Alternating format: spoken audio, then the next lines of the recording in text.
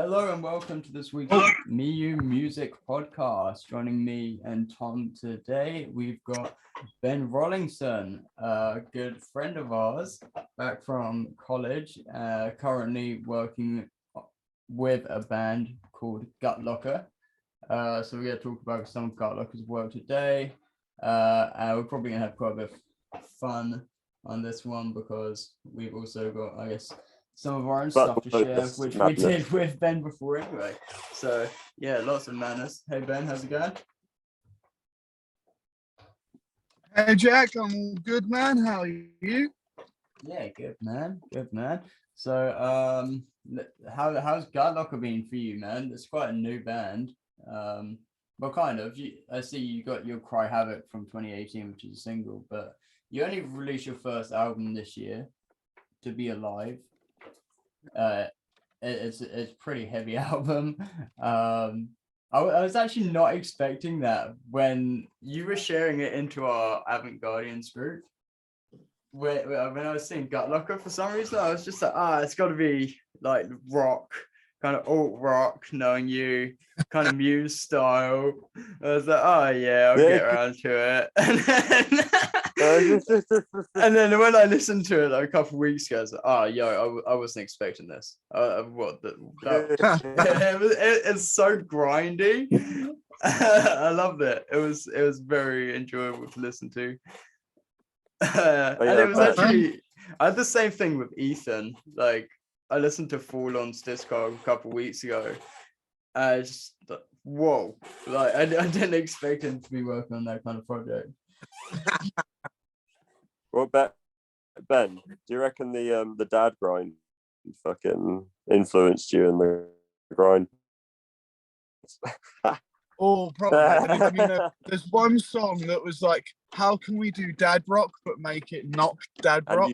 And it's called, it's the one called Make My Day. But you had and the riff in it. You had that in the background from when we did that random, like, mad jam. Yeah. Just like crazy shit. And then you're just like, oh, I actually know how to like make this not dad rock now, but still be dad rock and have a laugh with it, right? Yeah, it was exactly that kind of thing of like, I wanted to, still use all the kind of blues thing, that kind of pentatonic with two notes added. That's very Lamb of God, isn't it? Think about it. Lamb of God is very, you guys are groove metal. If you think about it, from my perspective, you guys fit with Lamb of God quite nicely, to be honest. Like, man, we'd love to go out on tour with them. So I'll get on the phone to Randy's cameo, and just be like, just bring him up. And just be like, Randy, you must know Gutlocker. He does cameos. Maybe we can send him this podcast, and we'll bro, here's a shout out. Now to Lamb of God doing a tour, a EU tour with Gutlocker. Yeah, and it'd be a dream come true. We'll send it to Quentin Tarantino. Is he going to do the movie adaptation of it then? Yeah, where everyone dies at the end. And then you are going. We'll do the intro theme song. Just the intro. The rest of it. Yeah. And just like God. a good few minutes of just madness. Yeah. All right, man. How do you feel if I were to play one of Gutlocker's tracks now, and then we can use that? We can have a discussion on it, and it gives the listener a bit of a chance to listen. Are you? Yeah. Are you going to do the one we just said about as well, about the interlude one? Yeah, that's one. Do it. I might as well just... Cool. All right, so this is the 8th track from the newly released album To Be Alive. This is 872773, or just the numbers. Okay.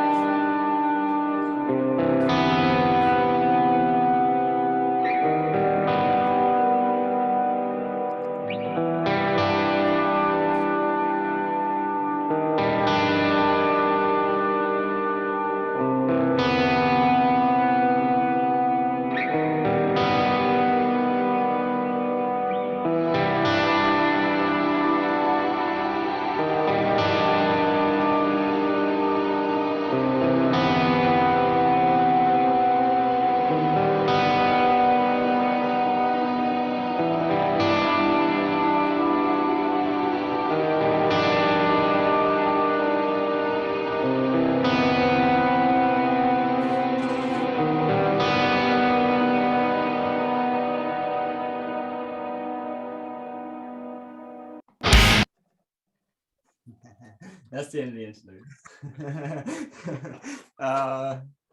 Yeah, right, there we go. Yeah, so that's just the interlude track of the album. It's super ambient, It's so different to the rest of the album. It kind of breaks it down a little bit and just gives you a little 1 minute breather before it just drops again. Yeah. I think it's a necessary breather, probably, though, right? In a way. Yeah, definitely. Yeah. Especially if you're playing the album as a set, it would probably give your vocalist like a minute to just chill out, because he's pretty hardcore for most of the set. Just them high screams, just going absolutely rabid. It's fucking intense. Yeah, it is pretty intense for him. Yeah, I'm not surprised, man. He does a great but yeah, job. That's the one track on the album that I think I recorded everything for, because I wrote the guitar for it just in my bedroom, recording at my PC. Just came up. I just wanted to come up with a bizarre chord progression, which is something. Definitely the voicing and the fingering style I was using for it is just so like out of my comfort zone.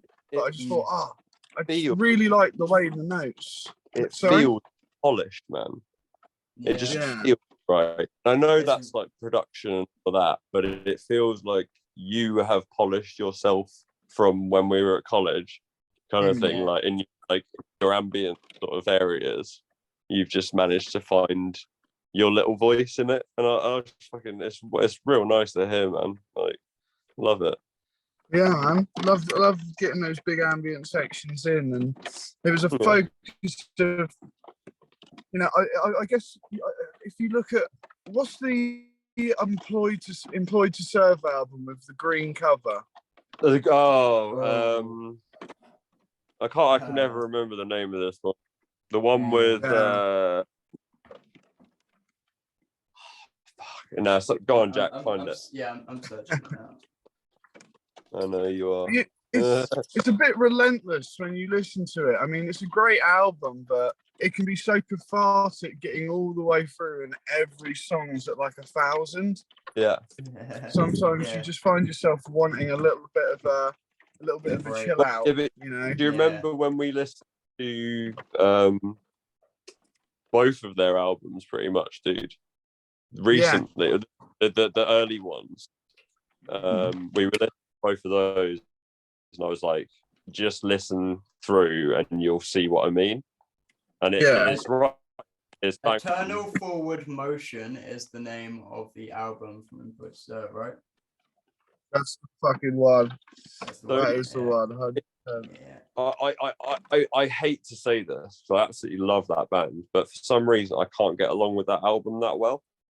I don't know why, but like I love everything about that band. I love the people in it. Like I fucking toured alongside them, like when I drove Wallflower.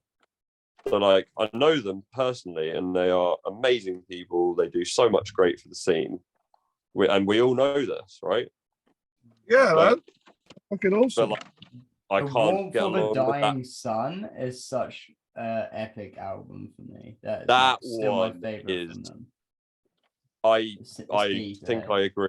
But Grayer Than You Remember is fantastic. Oh yeah. Fuck yeah, man. That's a seriously good album. What a couple of like first albums to put out, you know what I mean? It's hard to top them for me. But like, yeah. Well, like getting the opportunity, as we're talking about our recording, we recorded with Lewis Johns, who has done all of Employed to Serve stuff. So being able to sit down with him and hear how he feels about their progression was quite interesting as well. He was telling us about when they first came in to record, like vocalist Justine, I think it was her, I can't remember who else, but they were like drinking whiskey and stuff, just like really like going for it and being like, fuck it, yeah, let's just hammer this out.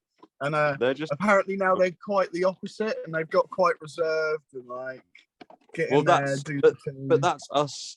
Like, think about it when we were at college recording MEyou. Yeah. So, and then think about it when we recorded with Mez Mayrick at the Scream Studios. Yeah. And then there's think a about hell of a difference. the difference between that and then when you've gone and worked with Gutlocker on your album. Think about the professionalism you guys probably had to pull out there was different to stuff that you guys have had to do before as a band as well. Oh yeah, I mean, a huge thing for us was it was going from one extreme to another completely, because the times we recorded before that, it was kind of people who were just starting out, and we were like, yeah, we'll come record with you because you need a band to record. This was finally going, let's find someone who this is what he does day in, day out. It'll, find someone who's hard to better. What basically made you go with him, Lewis Johns? What made you go with him? Over MEyou?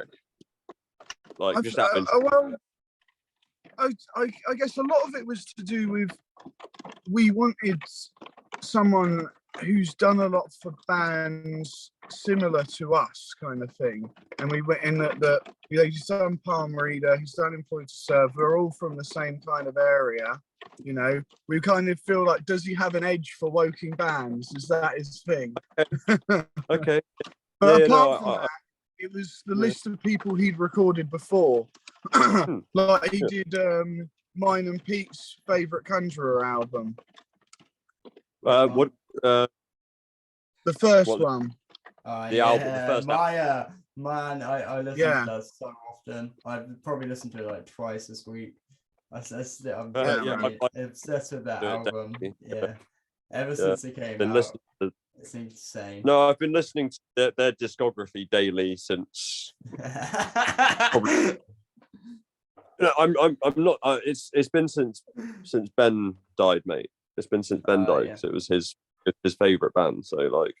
Yeah. They're definitely they're incredible, and I love how big they've become. Like they've got some great recognition now. I saw them on Friday. Oh yeah. It was insane. Yeah. It was actually insane. They played the first two songs of Pathos. Okay. And then everyone was ready for the Dementia song. I can't remember what it's called. All you will remember. Yeah. It was as if it was going to go into that, and then they just went back to old stuff. And I was like, oh, they're not going to play it, are they? And I was like, fair enough. Like, it's heavy, heavy stuff. Fucking pulled the bag. They just went, oh, by the way, we're going to play it now. Fucking hell, just bang. Yeah, the segues that they were pulling out were just. I've got footage, mate. I've got footage. I'll show you it or else I'll put it online and stuff. I'll have to watch, man. Yeah. Segues, they're a huge part of the live show, man. I mean, I hate playing a gig and you're going to have a couple of songs with some dead space, but maybe like if you have a song end just stop, those songs that just end on a snare hit in a cathartic section, they've got to just stop. They do, yeah. You've got to rely on maybe a vocalist having a bit of a chat, or I suppose like if you've got a bit of ambience or something. Just the atmosphere. Let people sit with it for 30 seconds or a minute and see if see how they react. Because sometimes one person will cheer and the crowd will cheer. Sometimes one person will cheer. That one person will be the only person that's cheering, because that's the only way. Like the rest of the crowd aren't on the same wavelength, right? Yeah, but sometimes it's worth it for that one person. That's what I'm saying. Yeah. The catharsis of each moment of space and sound design is massive in the live setting, and I don't think people really even take that on board. Like, I don't know how many people even know what a musical segue really is. Oh man, I mean, that was one of the things early on I honed in on, because it was when I found out the word for it at college. It must have been during the first year, and I was just like, that's this thing I've been obsessing over, but I don't know what it's called or anything. Yeah. I just love a band that can really even if they can write other bits of music that never go on an album or anything, they just use to get to from do piece that. Yeah, to piece. Loathe have been amazing with the sound and soundscaping ways. That's a big thing for Loathe.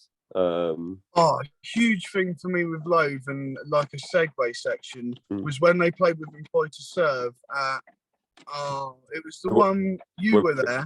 Yeah. Was it the Borderline? No, it's not O2. O2. It was. I swear it's Shepherd's Bush way. No, it's not Shepherd's Bush. It wasn't. It wasn't it's like, Shepherd's Bush. It's Islington, but it's not O2 Islington. Yeah, I think so. It's another O2-ish thing that's been like bought out by O2 that wasn't an O2 thing before. But yeah, the garage. It was the garage. It was the garage. Finally fucking got it. It's the garage. Yeah, sorry, that was it. Yeah. But yeah, Loathe did a thing between the songs where they dropped all the lights in the venue. I think even the bar shut the lights off, and they got everyone to point their phone light at the stage. And the way it lit. Babylon. Huh? Yeah. It's for the song Babylon. Mate, because I've got a live video of that at Boston Music Room when they did the same thing, and Kadeem came off stage and he was in the crowd screaming back at Eric, and they didn't use microphones. It was and then as it comes back in Babylon where it's like and he like Kadeem came up on stage without the lights went off, and the next thing the lights came on and he was just there pulling the piece out. The video, yeah. It's I've got the footage of that. It's great. Yeah, the moments like that, man, they're fucking awesome.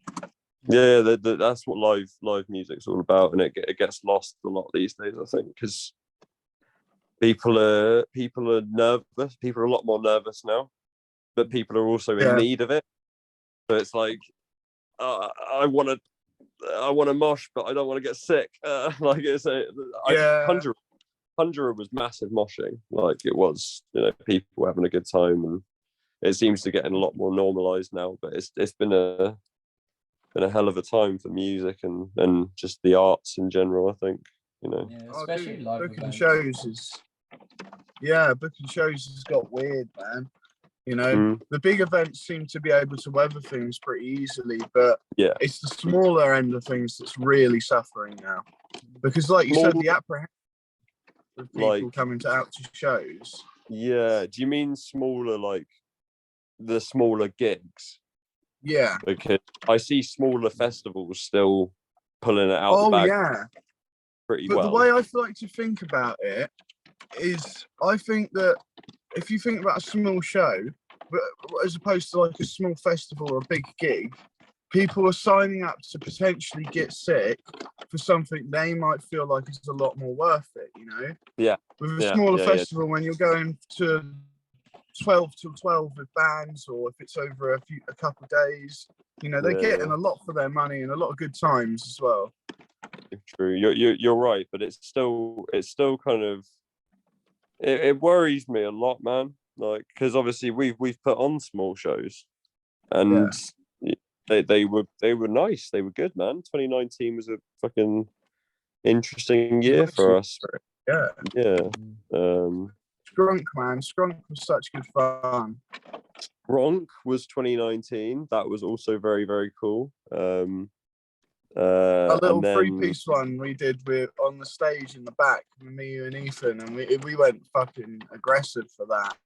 That was some heavy. That's cool. Yeah. Well, that show was really interesting because we're quite an oddity amongst them, even though Skronk is an oddity place.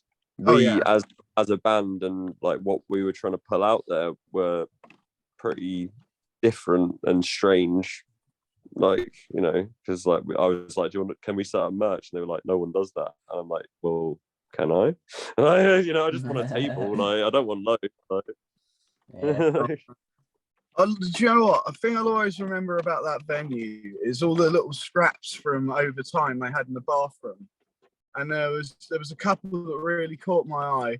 The first one was an instrument catalog with like 60, like at the time it was from the 60s, and there's like Fender P and jazz basses in there for fucking 120 quid and like 100 and something quid, and you're just like, nice. Like the then there was the venue itself is like so old, and like it's a venue and a studio. Do you know what I mean? It's a place, but it's also a venue if you book it out to be a venue, but it's also a bar, but it's also a fucking restaurant, and it's like it's the only place I know like it. And it's just wacky with all the crazy old TVs like showing different random stuff, and it's got a vibe. But there was another thing on the bathroom wall. It was a list of bands to hire, and they had like the Who on there, Status Quo, and it was like 150 quid to book Pink Floyd for the night. You know, I knew. you know what? It's really funny that you bring up the Who. Basically, this is just really random. But I used to go to school with someone whose older brother was friends with, and I knew the guy as well. Like he was friends with one of the Who's son. Oh, okay. That's I pretty. literally just there, like chilling with this guy for a while, and then all of a sudden, my mate just goes, "Oh yeah, he's like this guy's son." And I'm like, "Who the fuck is that?" And, like I did it because I don't know.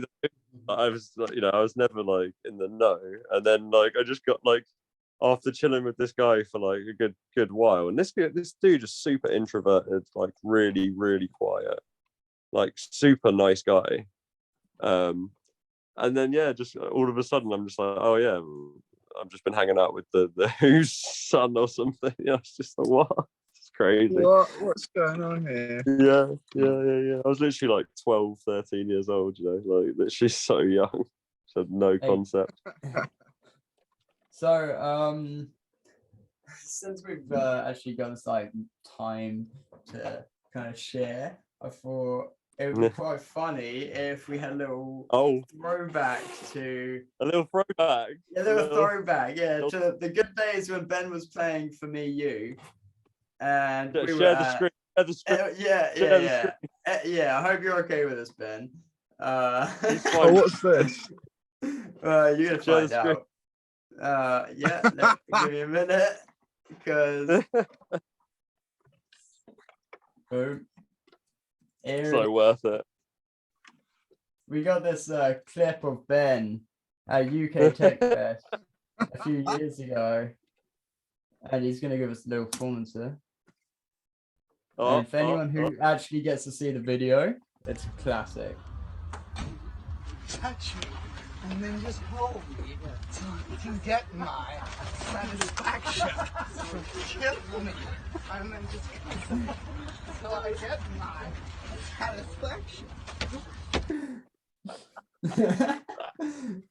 A little throwback back to Bin Bag Ben. Look at that. No, look at that. Look at that right there. Oh, look at the video right there. Which one's this one? I only know the I think we're right. What the hell? What was that? We've ended up on what? I don't. All right. That's how you want your band promo. Oh no. No. But we got to see the Bin Bag Ben video, which is one that I was going for anyway, which is an absolute classic moment. I believe I've actually got the video here. Yeah, I do. I've got the performance video that we did here as well, which I'll share, which you performed just after your solo performance in the van. Oh, quick gig promo, man. That's what you want for your gig promos.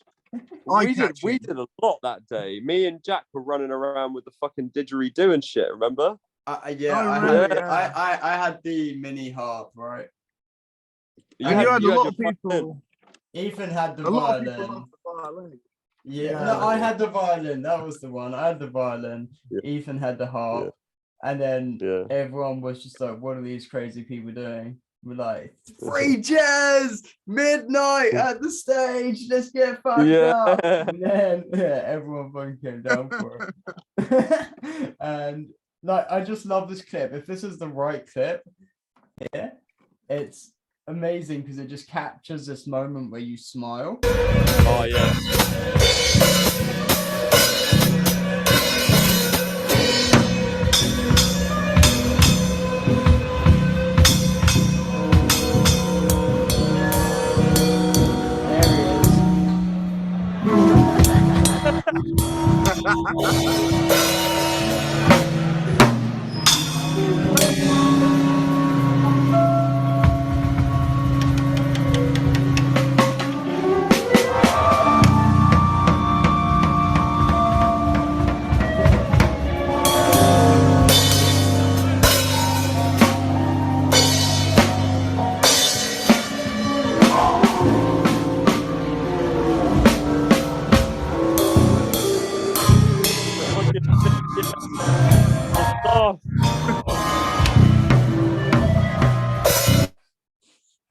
Did you see the beer stuff? Did you see the beer stuff? That was good. Did I see the what? Right at the end of the clip, there's a beer star. Oh yeah, the beer stuff. Yeah. Waving. Yeah. Waving in the wind. I just love the leer that you do to the camera. Yeah. I love that Ethan's just like real quick. Just hey, let's quickly post on this. You got to realize that I'm drumming, like musically directing, like the two people behind me, like trying to film this shit, trying to get like the crowd, trying to play. Like I was playing a didgeridoo and a knee harp and drumming all at the same time at one point. So, like, it was pretty out there, man. Yeah. There's only been, I think, that sound guy. That was Liam Kent, absolute genius. And then we had one other dude.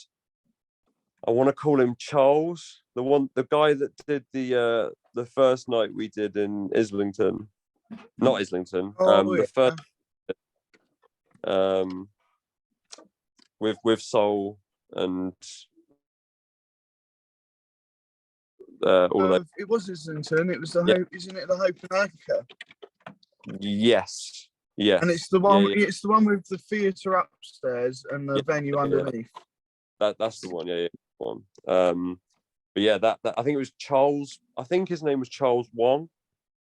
And that guy, I remember, like, I found him on Facebook afterwards, and he had literally posted a status about the fucking gig and was just like, I've just had the most amazing experience, like trying to do sound for like 20 different instruments that I've never done sound for at once. Like, yeah, it's brilliant. Awesome. Yeah, man. But yeah, no. I'm trying to think, like, because we briefly went over the Gutlocker album the other day, me and you. And we were talking about the last track, weren't we? And how it's like you really made everyone fucking work to listen to that, like, big ass last track. Well, yeah, like, it's 12 minutes it's like, and 15 seconds long. There you go. There you go. We kind of got to the end of writing, and we were like, we want to write something that's like quite progressive for us, and we want to also put a lot of lighter sections in, get something that really dynamically moves. And Skippy, because the song was what it was, in that it's a tribute to Skippy's brother. Okay. And, he wrote us a list of kind of all the sections he wanted in his best description, and then it was from our interpretation that we actually got that and another song. Because originally when we man. Yeah. That's the way music needs to be written in ways. It doesn't have to be in memorial of physical loss, but like, there has to be a depth to it, and that's why it's so good, man, in my opinion. Yeah. Oh yeah, it's really from the heart, man. I mean, it's one of those crazy ones. Would you like to play another Gutlocker song, just so there's more of an idea of what you guys actually sound like? Because the interlude is not like any other track on the album, is it? Oh yeah, we did that because it's vibey and it's different. I don't know. What do you think is the typical snapshot of what we are? What track would that be? Probably To Be Alive. Or Sink or Swim as well. That was hilarious. That made me think of Sixth. Just listen to that song. That song from Sixth was like, sing, dare, swim, sing, dare, swim. I can't remember it fully, but I just kind of had that going in my head while your one was playing in my head at the same time. Just, all right, well, is this Gutlocker or is this Sixth? Who's playing this? And yeah, you're not thinking of Pussyfoot, are you? Huh? You're not thinking of Pussyfoot, are you? Pussyfoot. No. It's not Pussyfoot. It's not Pussyfoot. There's another one. It's like right at the end of the same album. But okay. I can't remember the name of it. I think it doesn't matter. But yeah, would you like me to play either of them? Yeah, it's your pick, man. I'll go Sink or Swim just because it's pretty short, but it's also pretty funny. So we'll go with that one.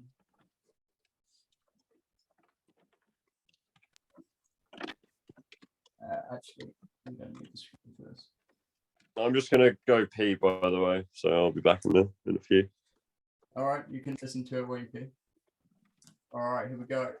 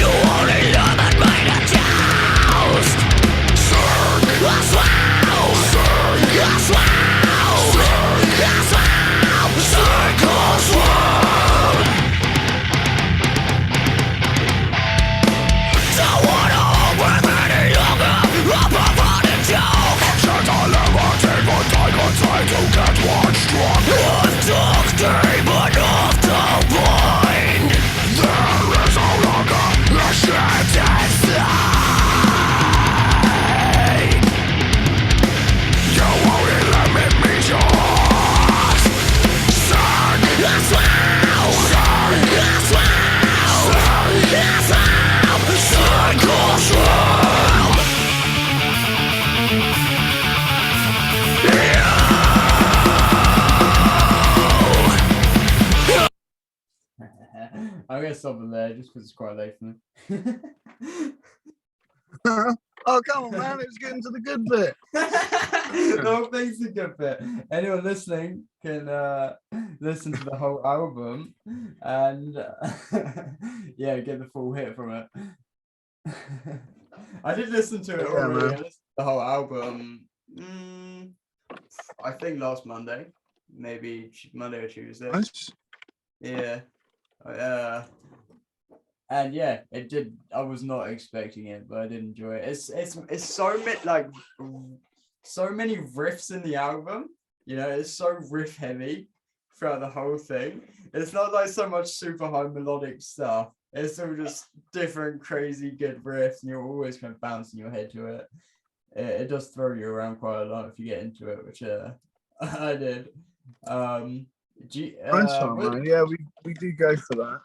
Yeah, what are you guys doing now? Are you guys like touring at the moment? Gigs, we've got 1 or 2 left for the year, but we're actually writing more material now, and we're also, I think we're gonna do maybe another video this year, something like that.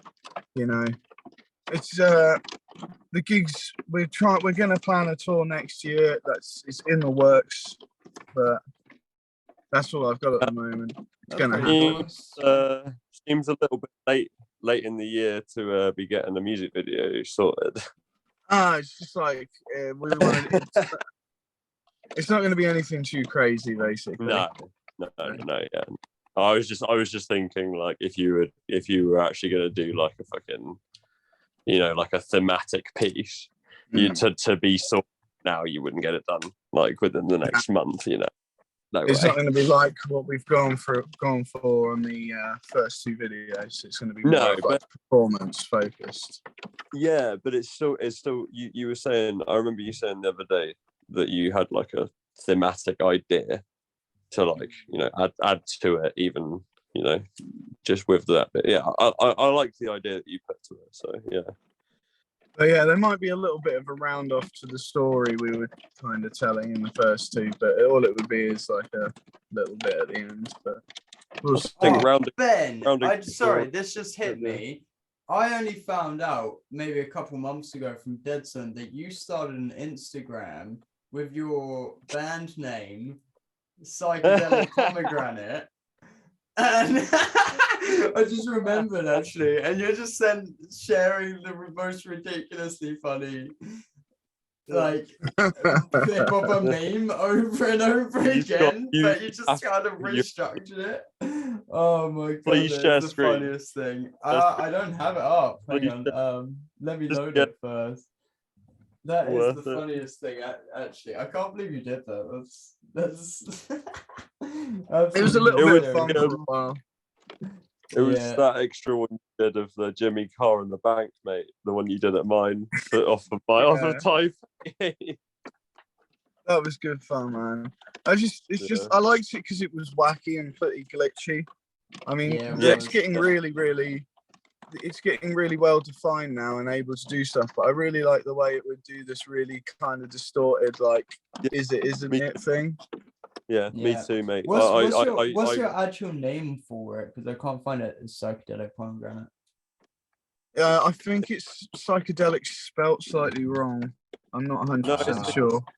It's an underscore or something. Hold on, I'll find it. Yeah, it's psychedelic, not adelic. Psychedelic _ pomegranate. I'm still not getting it. So PHYCEDELIC. Is that how you mean? I think so. Yeah. PSYCHEDE. Psychedelic. Gotcha. _ pomegranate. Yeah. Here he is. I haven't looked at this in a while. You haven't posted in peace, man. No, I need to start doing it again, but I just took a break off it for a while. Oh, I forgot about Harry Styles and Bins. Forgot about. There it is. So you've just done all of these searches into, I'm assuming, an AI generator. Like John thinks rap album 1988. It's the cover, the cassette thing at the bottom right, man. Rishi Sunak living in a slum. Fucking genius. Bro, honestly, some of them are hilarious. Cats drinking tea, July 1982. Those ducks are like, bro, those ducks are literally in the mafia. Don't fucking mess. Those ducks are in the mafia, dude. Man, honestly, where'd you get this? Jeremy Clarkson, that's his car camp. Oh my god. It's the fucking top right. It's the top right. The funniest things, man. George Bush marries the Hamburglar. Here's some actual meaning ones. The meaning of life. That's nice. AI creates context. These are some nice ones. Yes, that one's genius. Adam West gets thrown off the bus. Yeah, yeah. What got you into doing this, man? Justin Bieber gets kicked out of Chuck E's.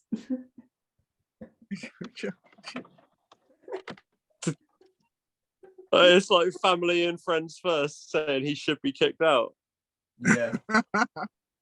Where are you getting these images from? Where are you creating this from? Basically, can I just point out real quickly that I made you make this account? Yeah, you did. You said you should do this.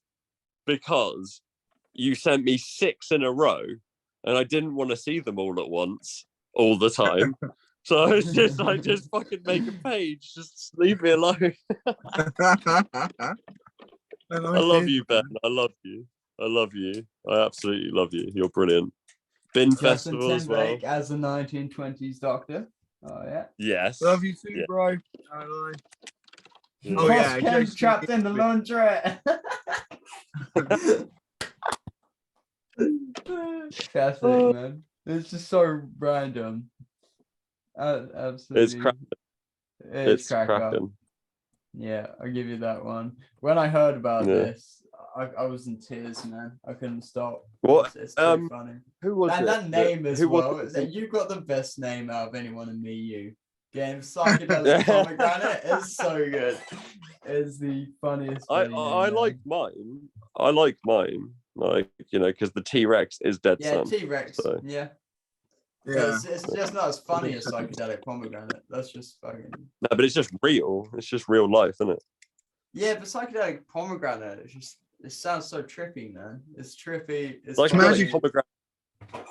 Yeah. It's a pomegranate that if you eat, you like go on a journey and find yourself. Oh wait, you know what's hilarious? That I don't know who picked this name. I'm pretty sure you did, right? But the hilarious thing is that like sometime afterwards, I was with someone who brought a pomegranate with them to where we were because he was just going to eat it. Okay. Took acid. Okay. He couldn't eat the pomegranate. It was his safety pomegranate. It was the thing keeping him grounded. And it's just like, bro, like you had no clue like this happened, but like you've ended up with this band name. Like I could imagine pomegranate tasting pretty good while you're tripping, to be fair. That's pretty good trip of food. No, he didn't eat it though. He literally was just holding it like this. Yeah, I get you. Yeah, it's something to ground him, keep him balanced. No, but he was with 2 other people on acid as well, and he was like, the other guys were kind of like losing touch a little bit, and he would just go, "Do you guys want to touch my pomegranate?" Like,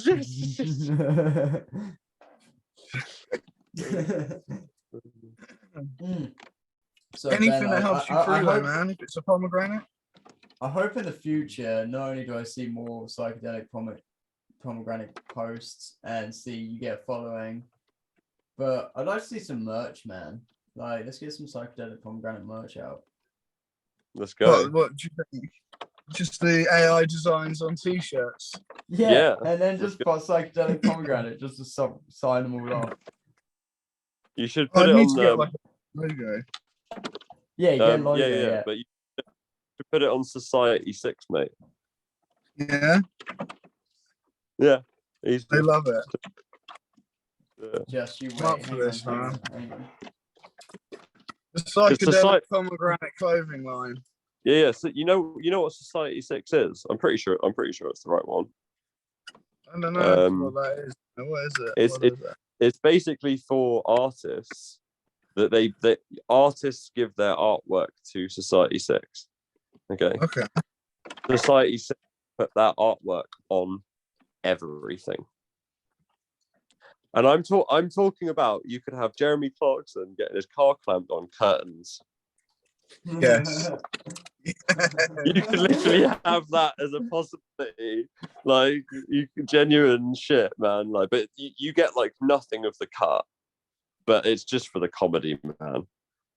Like, it's pure for the comedy, isn't it? Like, really, like all you got to do is like sign up to this thing and just like give most of your rights, and then just be like, yeah, just go for it. Go on then, put Rishi Sunak living in a slum on curtains, on a doormat. Let's fucking go on the doormat, mate. Wipe your feet on Rishi Sunak.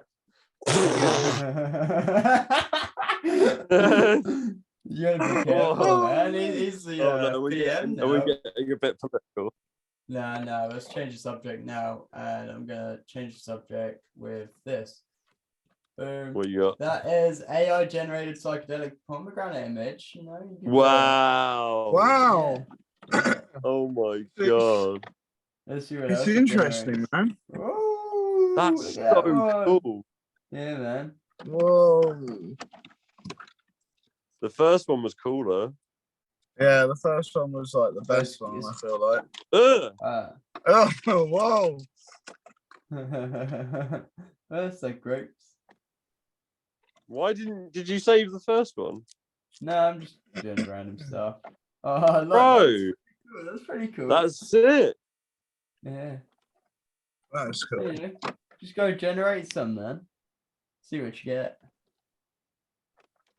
See what you get. Yeah. Yeah, I'll go back to using my glitchy one. I like my glitchy one. Yeah, you but got there we go. It's back. I can send it to you if you want.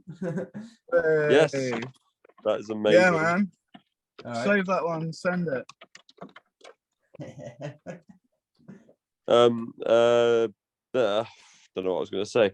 Oh, I was just going to say I realised I was wearing a Chon shirt, and I just wanted to shout out Chon because I know they've gone through a hard fucking time with their record deal, and how much it sucked out of them. They've been playing fucking incredible music since they were about 13 years old. So, you know, we've got to shout out Chon for that. Yeah, man. I also want to shout out Jason Richardson and the Born of Osiris guys in a sense, but like more Jason for managing to like go solo and find the right drummer for him. Luke Holland, amazing drummer. But Cameron Losh, I've got a lot of respect for Cameron from Born of Osiris. He's I don't know, man. They've just been working. You know, Jason Richardson wrote that first Born of Osiris album, which is absolutely iconic in metal. Yo, did he actually? When he was 16 years old. What? That's pretty insane, man. That's mental. The New Rain was written by Jason Richardson and Cameron Losh when Jason was 16 years old. I don't know how old Cameron was, but Jason had already gone into All Shall Perish when he was 15. Yo. That is insane, man. What a machine, man. What a machine. Yeah. So I wanted to shout them out as individual humans and, you know, Chon as a band. Yeah. Because they kind of really deserve more than they even probably recognize they deserve in ways. Yeah. Like, I hope they get a bit of an ego because they deserve some ego. Like, I met Cameron once and I just felt like I complimented him in like, you know, just like thanking him for the music and just being like, it's, you know, helped me for a lot of shit. And he basically just put his hand out and just said, yeah, I'm glad, thanks, kind of thing. And, you know, we shook hands and that was kind of end of conversation, which I'm absolutely fine with. I feel like he didn't really want to take something that was that deep, do you know? Fair enough. I suppose it felt a little bit. Yeah. Hey, It's not the Ben, moment. like, I remember you like way less mature than what you are now. And when I remember you from back in college. And all I could ever imagine is you talking and thinking and living an enactment of the world's biggest Muse fan. And like, are you still the world's biggest Muse fan? Well, I've got tickets for the next year, so. Oh yeah. What did you think of the new album? I'm not far off. I really liked it, man. They did an interview where one of them said the record label were trying to get them to do a greatest hits album, so they were like, why don't we just like do our own greatest hits album, but like write, you know, songs that show the best of like everything they've done. So they wanted a song to capture kind of every era, and I thought they did that quite well. You know, I thought it was a good bit of fun.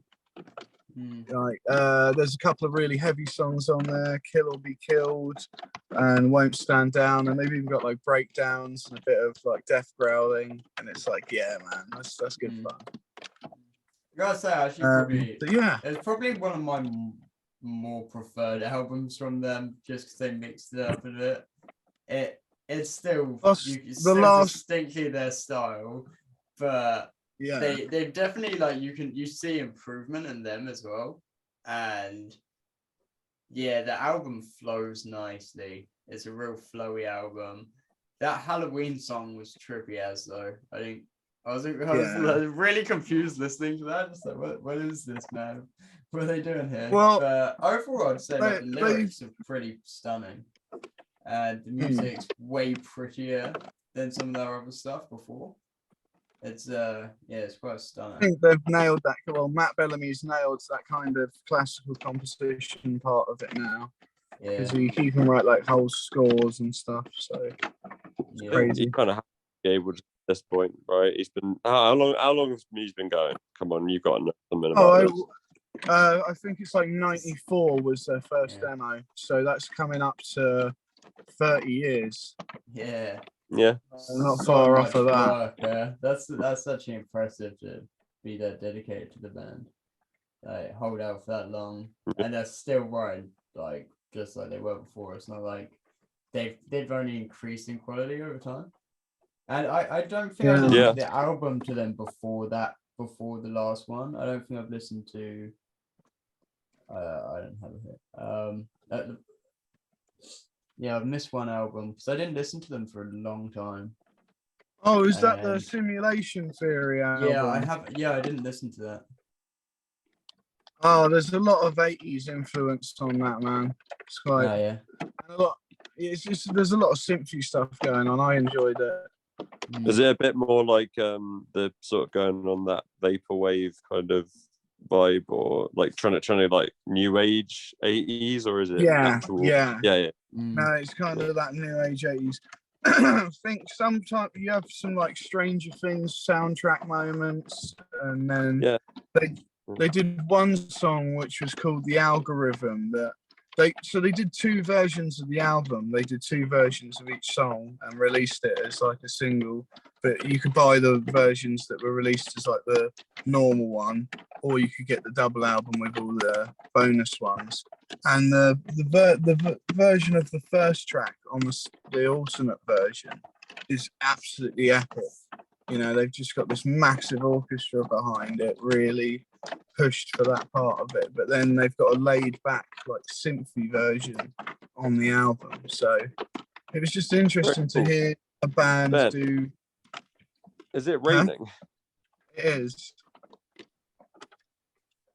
It's all I can fucking hear whilst you're talking. It's just. Yeah. I'm sorry. I had to do it in my car. No, you didn't. You're just lazy. Couldn't find your headphones and wanted to go outside, which makes you lazy. You going outside to your car is lazy. Nah, that's why is it lazy? He had to go outside. Yeah, he had to get up and go. Exactly. Question me. Come on. It's not my fault. It's raining. It looks like there's I a know. nice view, and he's like in the trees and whatnot. It's actually not a bad spot for it. I'm just. Well, this is just outside my house, man. I live next door woods. Oh, nice. That always helps. Yeah, you've got a good spot. Yeah. Oh well, thanks for Right, thanks for joining us tonight, man. I'm gonna have to It's call quite it myself personally. I'm afraid Yes, I'm right. shattered. So Yeah, just before a quick sign off. Yeah, thanks for joining us tonight, Ben. It's cool to be seeing you. It's cool to see you develop so well and hear that with Gutlocker. So I'm quite excited. Tom said that you've got some secret projects in the line, so I look forward to hearing that when you're ready to share that with us. Oh yeah, man. And yeah, on I'm top sure of it that, won't be too long. yeah, on top of that, now you've got a new album. It'd be cool to see some new merch from Gutlocker as well, because I see you've got some merch from some of your older projects. It'd be cool to see what kind of designs you can get soon. There's things in the works, man. There's a couple of designs that are waiting to be put out there. So I'm sure there'll be a new thing coming along soon. Yeah. All right, cool, man. Well, you have a good day over there, and Cheers. yeah, it's good to get connected. I hope you have a good time, and thanks for joining tonight. You both have a good one. take care, guys. And yeah, Cheers. catch you Have a next good week.